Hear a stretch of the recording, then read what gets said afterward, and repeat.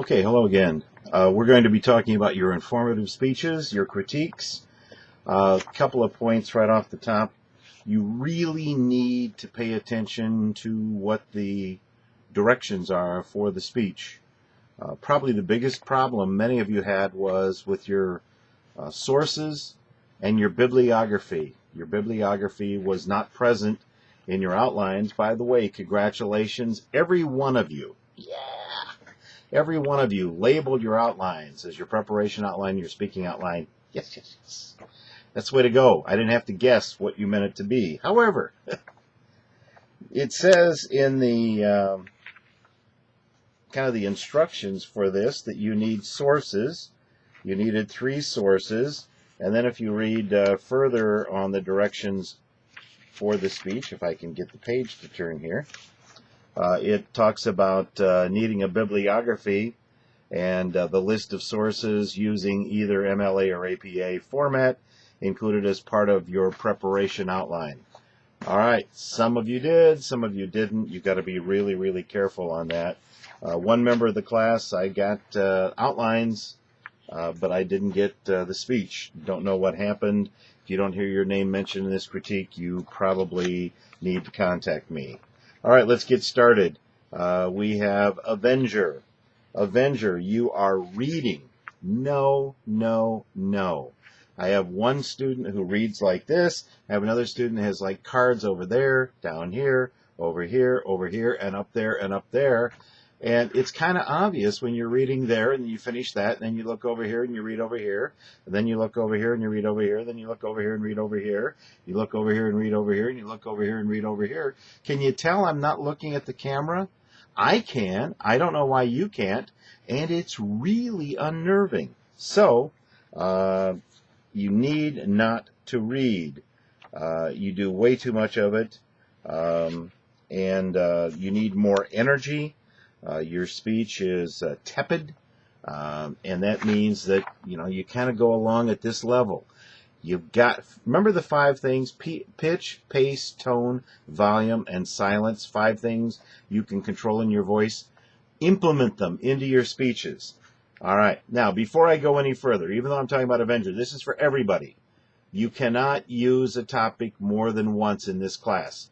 So if you talk about a medical topic or a topic of some health-related thing, no more health-related medical things for the rest of the semester. Okay? Make sure you understand that because you do not want to do that. All right. Back to Avenger. Need more energy. You said he's went to therapy. Watch your grammar. You had a very abrupt and downer ending, and I couldn't see any visuals. Remember, you were supposed to send me a copy of the visuals. If you use them, I'll get into one person did a demonstration. I could see the visual throughout, so it wasn't necessary to send it.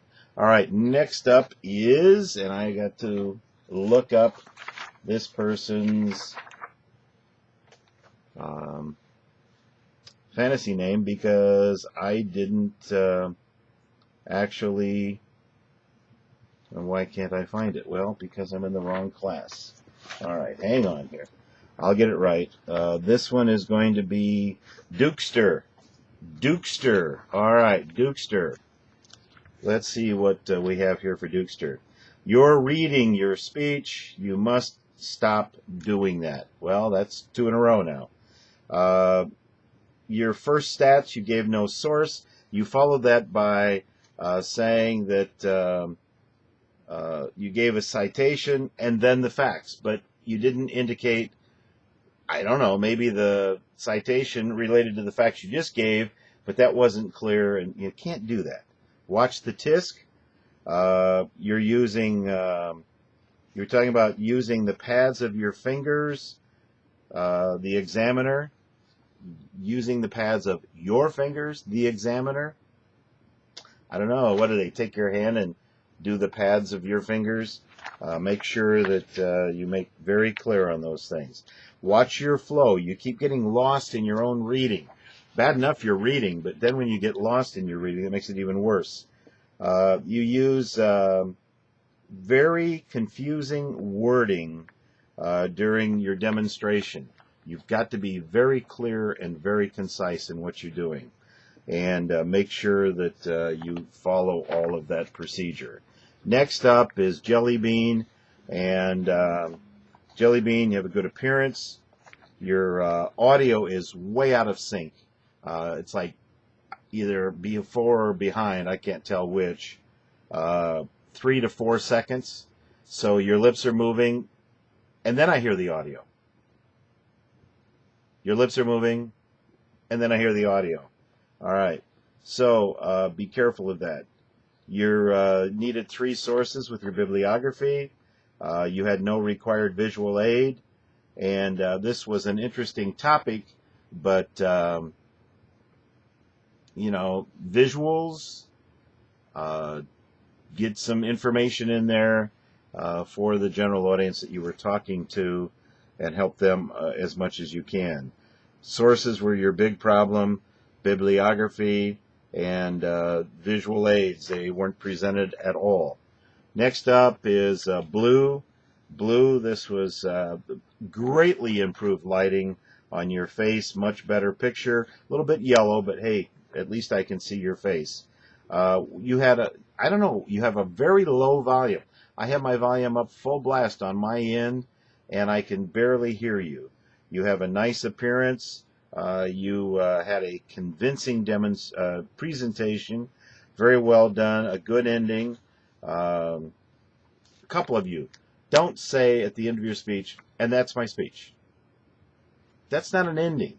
Get an ending that makes a statement, and you might say thank you, but you don't need to say that's my speech, because I haven't been making a pizza.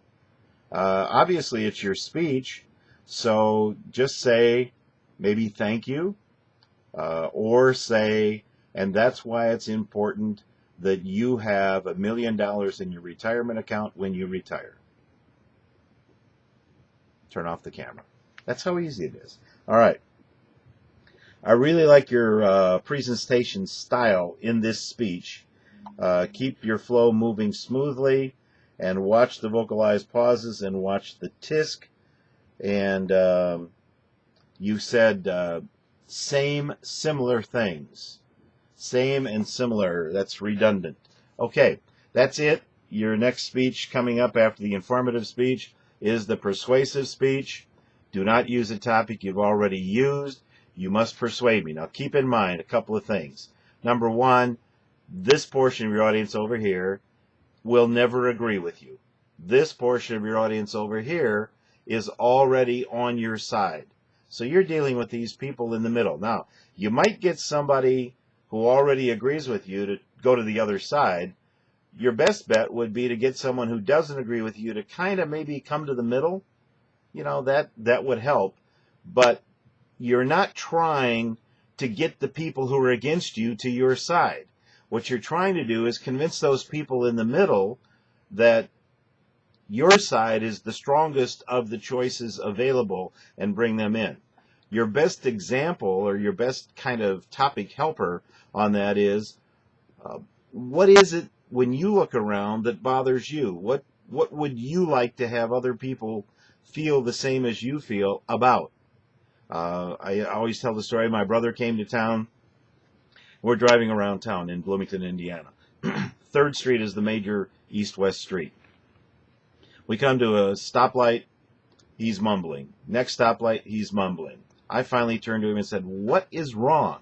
And he said, "This is insane." I said, "What's insane?" He said, "In Texas, when you come to what would be a stoplight, and there's no cars on the other side trying to cross, your light stays green. So the city designates which the main thoroughfares are, and the people on the cross streets, there's a sensor there, and that light will only turn red to the main thoroughfare if there's someone waiting to cross."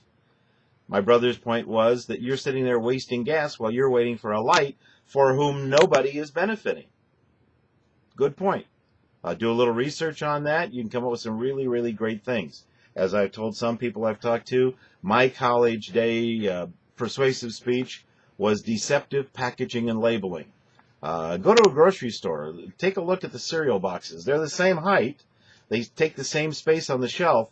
But in my day, the cereal box was, if I can do this right, I don't know, I can do this so you can see it, was maybe 3 inches wide.